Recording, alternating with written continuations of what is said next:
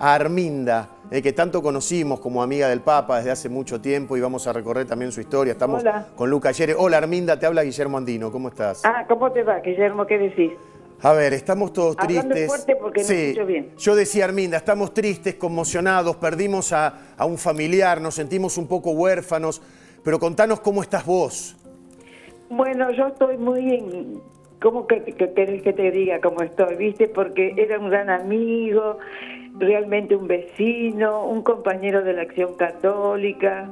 Y bueno, pero uno está triste porque partió su cuerpo, pero sabemos que él desde el cielo nos va a estar realmente escuchando y bendiciendo como siempre. Sin dudas. Eso hay que quererlo, ¿no? Arminda, contale a la gente que no conoce a través de la televisión pública tu historia, cómo conociste al Papa Francisco, que en aquel momento era Mario.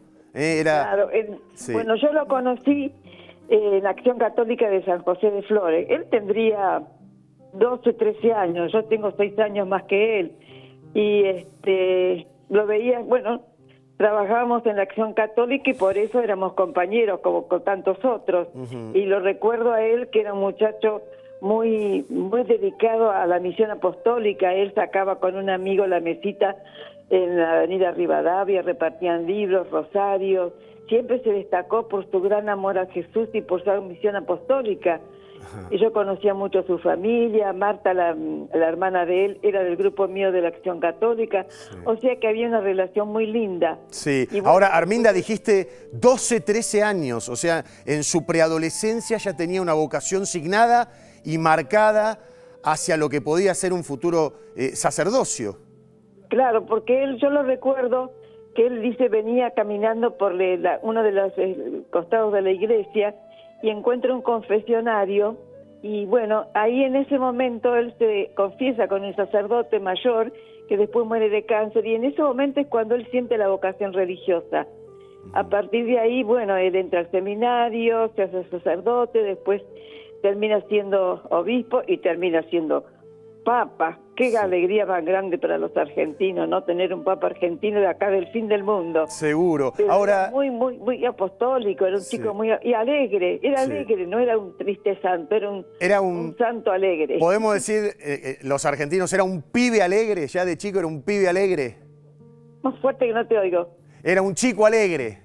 Siempre alegre, siempre de buen ánimo. Además sencillo. Él venía a Flores cuando estaba en el centro, en la catedral, en el subte o en colectivo. Nunca venía en ómnibus. Él venía en colectivo o en subte, con su problema de pies porque se hacía hacer los zapatos especiales porque tenía un problema en los pies. Claro. Pero bueno, era sencillo. Sí. Había pasado también un problema respiratorio, ¿no? De joven. Digo, se sobrepuso a todas las adversidades que le había puesto adelante la vida para llegar al lugar más importante que le puede tocar a un ser humano, ¿no? Representar a Dios. Pero él era sencillo y muy dedicado a la gente, muy dedicado a los jóvenes, que eso era muy importante. Lo recuerdo cuando venía para Semana Santa, venía caminando con los jóvenes y hacía unas homilías más hermosísimas que deseábamos escucharlo por las homilías que él tenía tan lindas. Sí. Ahora, en el medio él estudia química, ¿no? ¿Tenía una vocación también por la química? No te escucho bien, ¿por la? Fue estudiante de química también. ¿Por la? Pues de química, digo, cuando eligió estudiar... La química, porque él estudió, estudió bioquímica, algo de eso, sí se estudió. Sí. Acá en Flores, el otro día estuvieron, yo lo llevé a pasear por todos los lugares donde él estuvo, por su casa de Varela, por donde nació, en todos los lugares hay placas, en la placita Cabrumana, donde jugaba con los amigos a la pelota, un chico normal, un chico como todos los chicos, pero con una vocación increíble de amor a los hombres. Sí.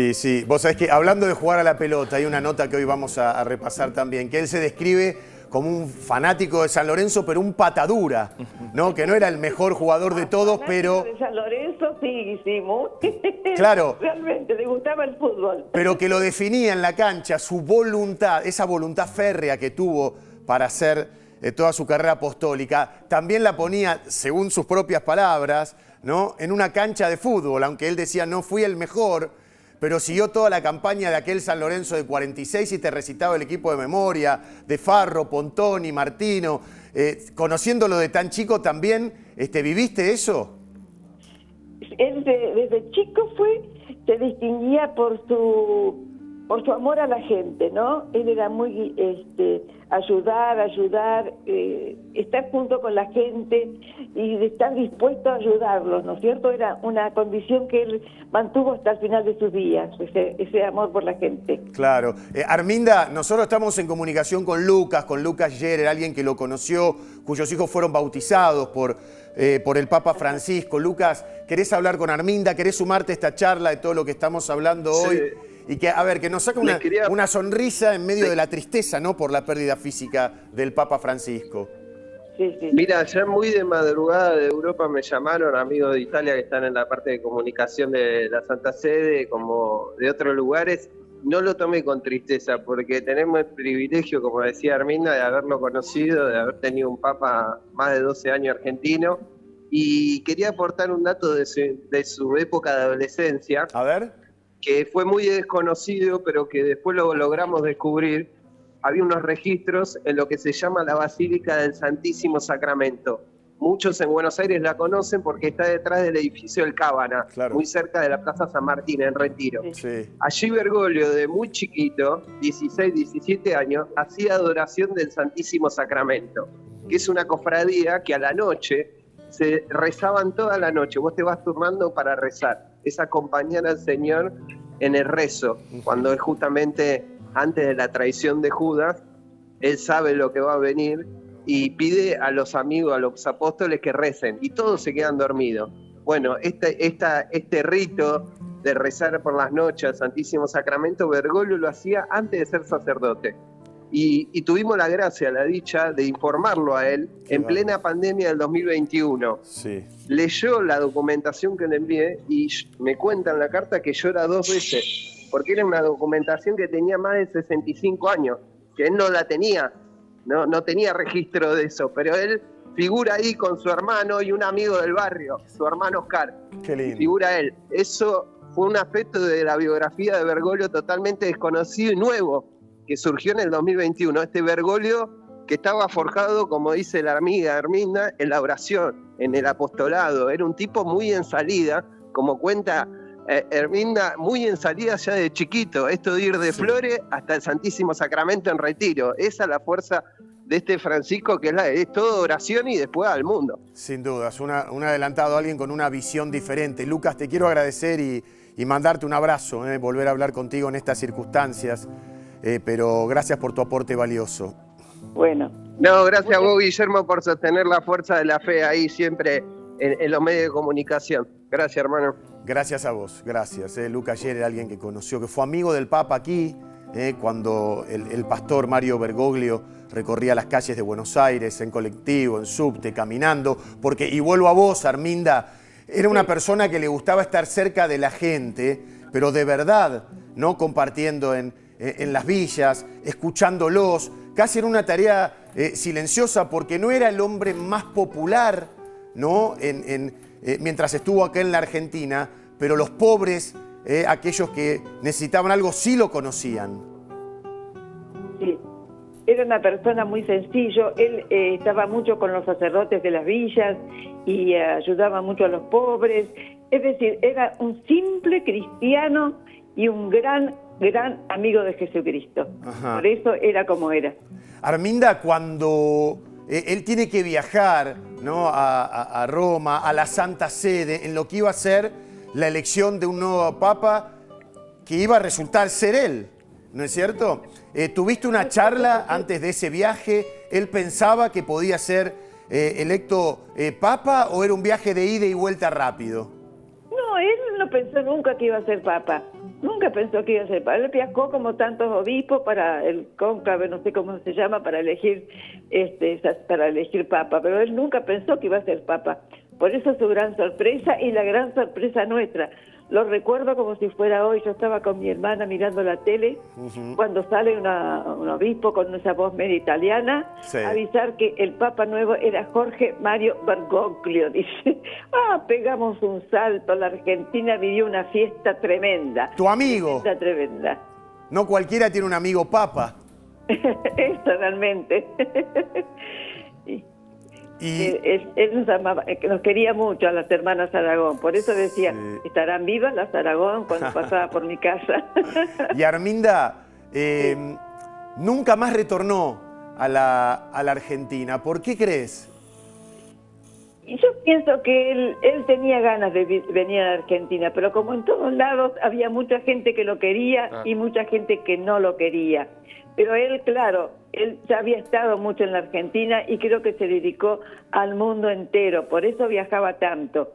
Pero sí extrañamos mucho que él no pudiera venir a la Argentina. Además, en sus últimos tiempos estaba muy delicado de salud y ya sabíamos que no podía venir. Arminda, yo te escucho sonreír cuando lo recordás. Lucas recién también decía, Guille, que cuando se enteró la noticia no fue de tristeza. No sé si me escuchás, Arminda. Me acuerdo lo que fue la muerte de Juan Pablo II y era algo muy lúgubre. Y acá estamos atravesando una situación distinta. Nos reímos recordando las anécdotas de Francisco. ¿Por qué pasa esto? Y porque Francisco era un hombre simple. No tenía el boato de muchos que, viste, usaban el papado como un boato, como una cosa extraña, ajena al mundo. No, él estaba en el mundo, estaba al servicio de los hombres. Y ese era su gran mérito, ¿no? Se destacaba por eso, porque estar al lado de todos, ricos, pobres, buenos y malos. Arminda, ¿crees que ayer la misa de Pascua, esto que se lo vio al Papa ayer con los 35.000 fieles, fue un acto de despedida, como que él necesitaba hacerlo? Perdóname, pero no te escucho nada bien, no te escucho. No, me refiero a si el acto de ayer de Pascua en el Vaticano fue un acto de despedida. ¿Cómo lo viste vos ayer al Papa Francisco? Al Papa Francisco, no te escuché lo que me dijiste. ¿Cómo lo viste ayer en la misa de Pascua? La fiesta de Pascua, bueno, fue una fiesta en medio de la resurrección del Señor, la muerte de Francisco, pero creo que esa muerte también es resurrección, porque Él estará siempre con nosotros desde el cielo. Claro. Además, yo creo que deja el mensaje final más importante, ¿no? Con referencia a lo que decía recién Guido. Él habla de la libertad de la que tanto se habla hoy. Dijo, no puede haber libertad sin la posibilidad de poder expresarnos todos. No puede haber paz sin libertad de expresión. No puede haber paz sin libertad de pensamiento. Digo, un hombre que construía puentes y que no construía esto que tanto hemos llamado en la Argentina, ¿no? La maldita separación entre unos y otros. Esto que hoy nos ha caracterizado, lamentablemente, la grieta frente a la cual el Papa Francisco se mostraba como un notable en su lucha en contra de la misma, ¿no? La tele. ¿Hola? Arminda. Sí. Te decía, el Papa de la Unión, el Papa que respetaba también las otras religiones. Sí, realmente, él no hacía diferencias, el Papa de la Unión, el Papa de todos, ¿no es cierto? Porque él además era una persona tan inteligente que estaba al tanto de lo que pasaba en todo el mundo y siempre estaba pidiendo por la paz, por la unión, para que seamos unidos, para que nos queramos. Es decir, su inteligencia increíble. Sí. Arminda, como amiga, ¿te acordás cuál fue la última charla que tuviste con él? Bueno, fue cuando estuvo acá en Flores, cuando él estaba obispo, que está de la zona Flores, que es cuando él pasó por casa, que preguntó si estábamos vivas, y cuando él se acordaba de la dirección de mi casa. Sí, cuando él estuvo en Flores, pero de esto ya hace muchos años, Ajá. Pero sé por los sacerdotes que han estado en el Vaticano, que él preguntaba, pero a veces decía, en vez de las Aragón, decía, ¿qué se sabe de las Alarcón? Así que, pero tenemos un recuerdo muy lindo de él. Nos ha quedado en el corazón y nos va a quedar siempre, porque él desde el cielo sé que nos va a cuidar mucho. Hay un montón de videos, Arminda, muchos videos en redes sociales donde él decía la frase soñá que se puede cumplir. Digo, fue el mejor papa de la historia porque acercó a los jóvenes a la iglesia, que nadie hizo eso. Sí, realmente él me acuerdo que solía venir, no sé qué para qué fiestas importantes, venía desde Plaza Miserere caminando con los jóvenes. Era tremendo. Sí, realmente una persona inigualable. Las reformas que hizo Arminda en la jerarquía eclesiástica, ¿pueden ser de alguna manera retrotraídas ante la eventualidad de que el nuevo Papa tenga otra línea ideológica o son tan fuertes y consolidadas que ya están instauradas? No, yo pienso que ya no están instauradas y no van a ser modificadas. Lo que él hizo es tan maravilloso que no va a poder ser cambiado. Es importante. Bueno, de hecho, él nombró durante su papado muchos cardenales que por supuesto responden a su propia línea, ¿no? Después estará el cónclave y todo lo que... Vamos a rezar para que el Señor y el Espíritu Santo nos mande un buen Papa. No sé si igual a Francisco, no sé si mejor que Francisco, pero por lo menos igual a Francisco. En Roma decían que él ya estaba al tanto de las personas o los candidatos posibles a ser el nuevo Papa y que los rumores hoy en el Vaticano, obviamente esto es muy prematuro ya lanzarlo, pero que sería un Papa italiano. Bueno, yo no sé, pero que en mi imaginación digo, ojalá sea un papa negro. Bueno, ok. Sería muy bueno. Premonitorio. Sí. Claro. Bueno, mucho se ha hablado de eso, ¿no? Yo digo, Francisco también tenía la característica durante toda su vida, y quienes lo han conocido lo destacan, de haber sido un luchador con referencia a su salud, porque recordemos que él estuvo 38 días hospitalizado, peleando por su vida. Dos situaciones críticas. Claro, sabiendo que estaba muy cerca de su muerte. Y sin embargo, quiero volver a destacar el mensaje de ayer. Hizo una apreciación global de todas aquellas preocupaciones que tiene la humanidad. Habló del cese del fuego en Gaza, de que los rehenes sean liberados. Digo, un compendio de expresiones que hoy, con la lectura de su lamentable muerte ya, lo vemos como un último mensaje, como un legado de que la voluntad del Papa debe llevarse adelante, debe ser respetada, ¿no? Claro, fíjate que él de joven tuvo un problema que no sé, que le extirparon algo, tuvo en un pulmón. Es decir, que tuvo la salud delicada desde jovencito y sin embargo luchó como el hombre más sano del mundo. Sí.